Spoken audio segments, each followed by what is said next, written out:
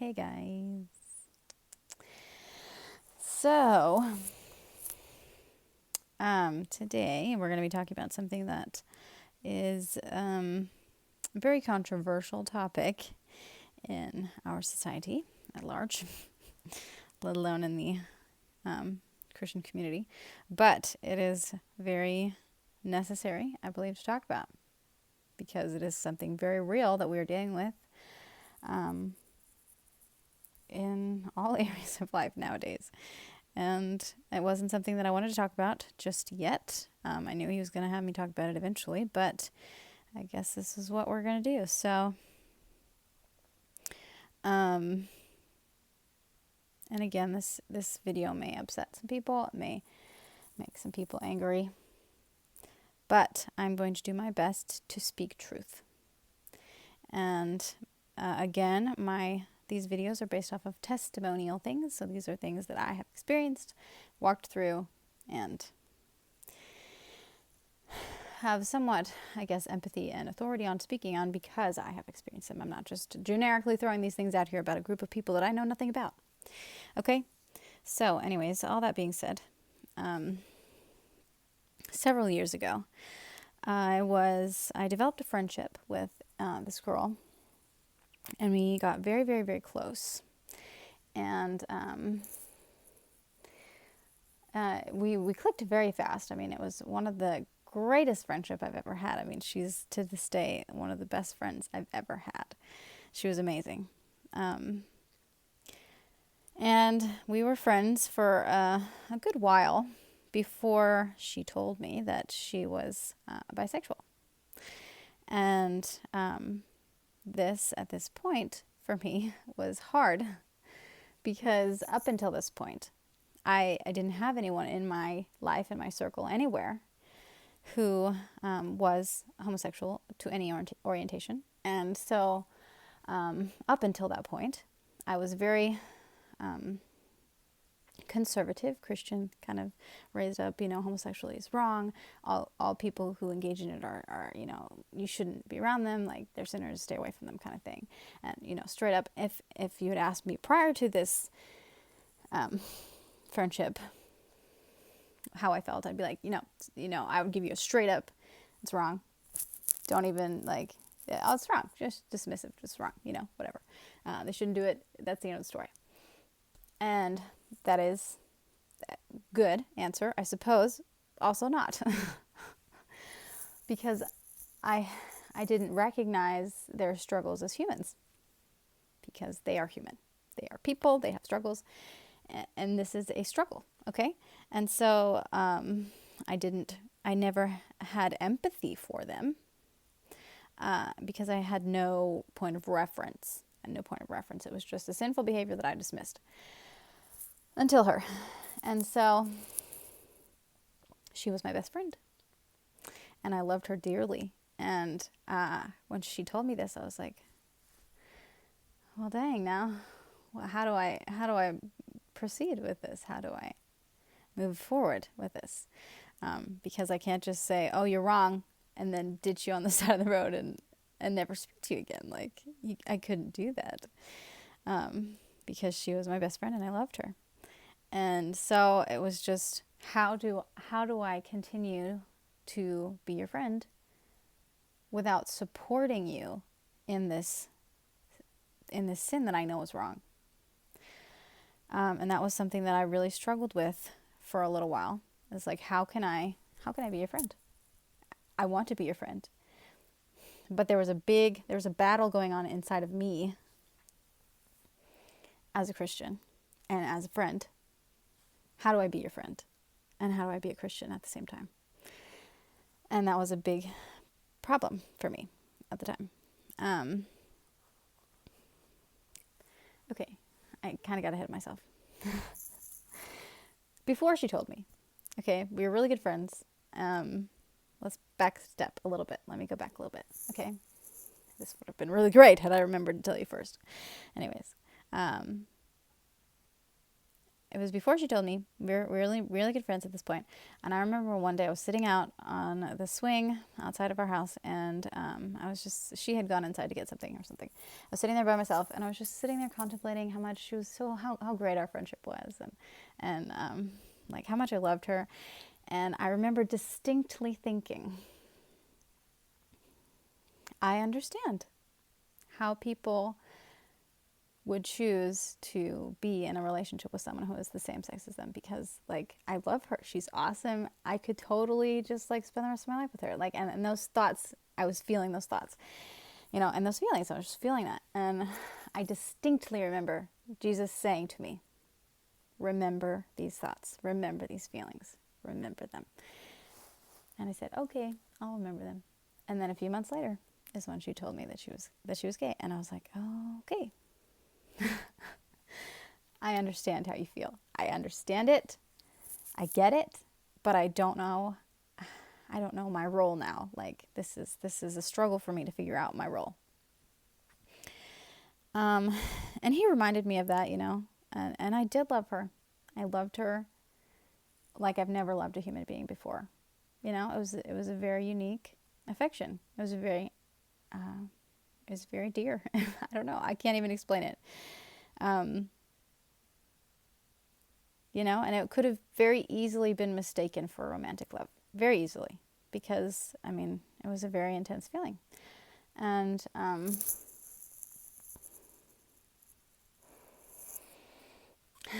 anyways, we figured out, or I moved away, actually. I moved to Central America for a little while, which I've already mentioned. I went to Nicaragua. And we spent a good portion of time away, and kind of got some distance from one another, because I was very, again, I was struggling with boundaries and figuring out how I could support her. And I came back, and at this point she had already kind of been embracing her lifestyle for several months in my absence. And I came back and tried to hang out with her several times.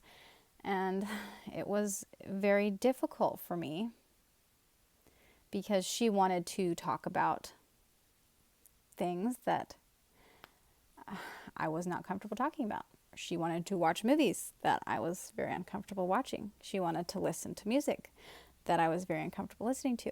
And it's just like I had to kind of say, you know what, I can't do these things with you anymore. Like I can't do this. I can't go to this bar with you. I can't go to this party with you. I can't watch this movie with you. And it was very hard for her, because she was like, I feel like you're not accepting who I am. Like, you're my best friend. You're supposed to accept me. And I was like, I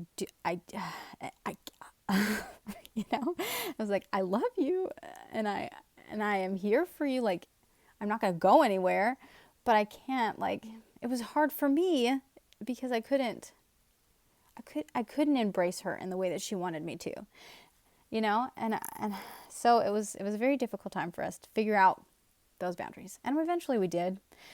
But we had to take a break from being friends for a while. We just had to be like, you know what?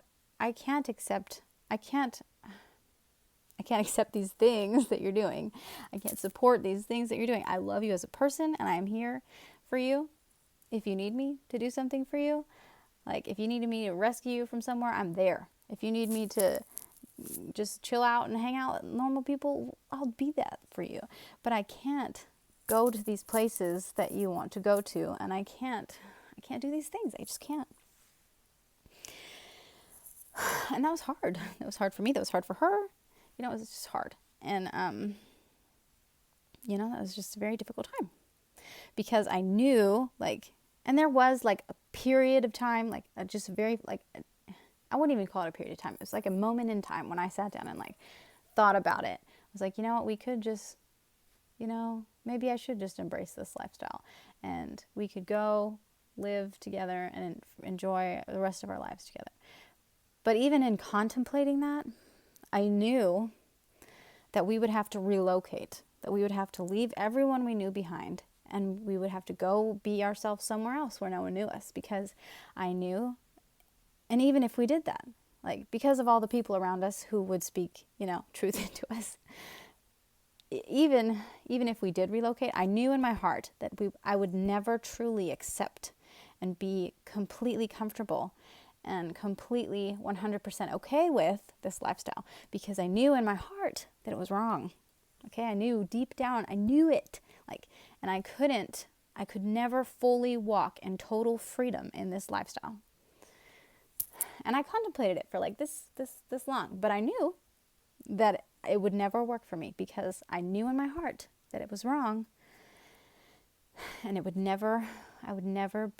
would just be torn. I would be battling with myself for eternity. I would just be in an internal battle. And I knew that I would just be battling over the love that I had for this person and the way that I knew that it was wrong, And so I didn't want to be locked in this eternal struggle for the rest of my life. And so I just said, you know what, God, I know that what you say is true. And I accept that the things in your word are there for a reason.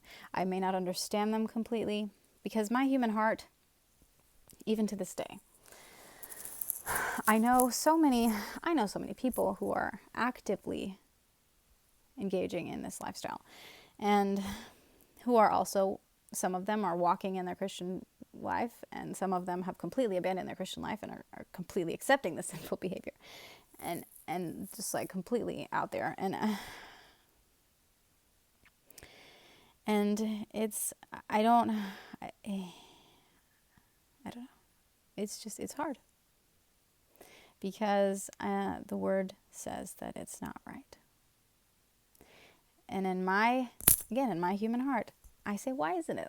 We're all humans. Why is it a sin to love another human being, whether they're the same sex of us or not? Why is that a sin? If you love this person, what's the big deal? And I don't understand it. And I think I may get some backlash just because I am blindly following this book that I don't necessarily agree with on everything that it says. But you know what? It doesn't change the fact that that's what it says. That's what it says. It says that it's sinful. It says that we're not supposed to engage in it. And whether I believe it, understand it, and fully agree with it, doesn't really matter. Because that's what it says. And I trust him, and I trust that he has a plan, and he knows what he's talking about, and I trust who he is and his character and what he wants for us, and that he wants good things for us, and that he loves us, and that he wouldn't withhold good things from us. I know in my heart that a lot of Christians are going here, are doing, a lot of churches are embracing this. It's right now in America, I don't know about the rest of the world, but right now it's you're either, this church is either full on embracing it. We're going to go to the pride rallies. We're going to hold up banners. We're going to walk in the street with rainbows, and we're going to be like, heck yes, I'm a Methodist, and I love gay people. And that's, on one hand, it's good that you're embracing the love aspect, but it's also not. Okay? And there's the other church that's we hate homosexuals, and they're terrible, and they're sinful, and we don't want them in our church. Okay? These two churches, there's a middle ground. Okay? Because Jesus said, love the sinner, hate the sin. Okay? And we can't hate the sinners, but we also can't love the sin. Okay? All right? Because we can't hold up banners and say, yes, we love your sin, but we also can't hold up banners and say, we hate you. Okay? There's a middle ground where we love them, but we don't embrace or support their sin. Okay? And that's hard to do. That's hard to find boundaries. It's hard to say, I love you, but I can't support you. And it's going to be different for every single person because depending on your relationship with that person, they may be your parents. You may have grown up in this lifestyle. And to that, I don't even know how to speak into that. They may be your best friend. They may be your girlfriend. They may be your boyfriend. They may be your sister or your brother or your aunt or whoever, And the way that you are, first of all, you got to be convicted and say, you know what, God, this is what your word says. Help me walk it out. I don't, this is a hard topic for me to talk about. Okay. But all I know is that the Bible says that it's wrong. And if we're going to stand firm on that and love them as people, I love you. I'm here for you if you need something, but I can't go to these places with you. I can't watch these movies with you. I can't laugh at these jokes with you. Okay? I can't go and hold a banner up with you. And it doesn't change the fact that I love you, but I can't go stand next to you and fight for your rights when I don't agree with them. And that's hard. Okay? I'm not going to say it's easy. It's hard. And it sucks when because I know several people now that are actively engaged in this lifestyle. And several of them have been fully told by their pastors, by Christian counselors, to embrace it, to walk it out, to live it. Now, I think it's important to part of that I agree with. Part of it, if you're struggling with these things, if you're struggling with having homosexual feelings, then yes, you need to realize them and stop suppressing them, because that can lead to all kinds of things like anxiety and depression and suicide. That's a whole other thing. Like, I'm not saying that you should just swallow everything and bottle it up and hold it inside and not even acknowledge that it's there. If you're struggling with these things, then yes, talk to someone. Get it out there. Realize that it's there. Pray. Be like, God, I'm experiencing these things. I feel these things. I don't know what to do with them. Help me figure out what to do with them. And, there's a lot of Christian counselors and pastors that are pointing people in the direction of saying, you know what, Jesus is okay with this. And, he is okay with it in the fact that he's okay with people being people, but he's not okay with people actively engaging in sinful behavior. Jesus is not blessing individuals to go out and sin, okay? He's not going to give you your blessing to go out and engage in sexual behaviors, okay? I mean, even if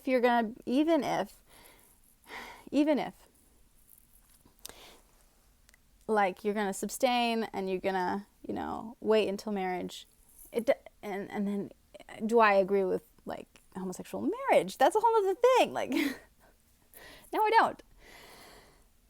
But it's hard. This is a hard topic. Okay? But I know what the Bible says, and I know that he does not give his blessing to go out and engage in sexual immorality of any kind, whether it's homosexually or heterosexually or whatever. If you're going out and engaging in any kind of sexual activity, God is not going to bless you in that. And I'm sorry to break that little magic bubble that you have around yourself, but it's not going to happen. It's not a thing. And I really wish that churches would stop preaching it, because I don't know where they're getting this doctrine from. I don't know where in the Bible that they are finding some verse in there that says he's okay with it, because it's not there. It is not there. You may twist around a few things. You may say, well, this thing is old and we can pick apart what we want, what we don't want, and you're doing the same thing. But you know what? It is very clear. It's very clear. And again, I'm going to bother some people by this video. I'm going to upset some people. But you know what? Sometimes the truth is upsetting. And you know what? God said he didn't come to bring peace to this earth. For those people, and that's a whole other thing about world peace. If you're looking for it, it's not going to happen. Okay, that's a whole other thing. But God said he didn't come to bring peace. Okay? He didn't come to make you comfortable. He came to turn father against son and mother against daughter and family. I mean, some family members are going to agree and some aren't. You might lose a friend over this. You may lose a brother. You may lose a sister. You may lose them. I lost her. okay? She actually died several years ago. And before she died, we were able to reconcile a lot of things, which I'm grateful for. But doesn't make it any less hard. Doesn't make me wish that I could have comforted her in different ways, because she struggled with this. She struggled because she came from a Christian family, and it was hard. And it is hard. And even today, when things are legal and people are embracing this more than ever, it's dangerous to embrace it completely. And I may have rambled here and there, but I want you guys to know, I don't know, I'm not just speaking out there with blind, like, I've never experienced this. This is probably one of the hardest videos I'm going to do. just being honest. Okay? And I'm not going to say much more. It's hard. Sucks. But the Bible is clear. And that's what I got to say. All right.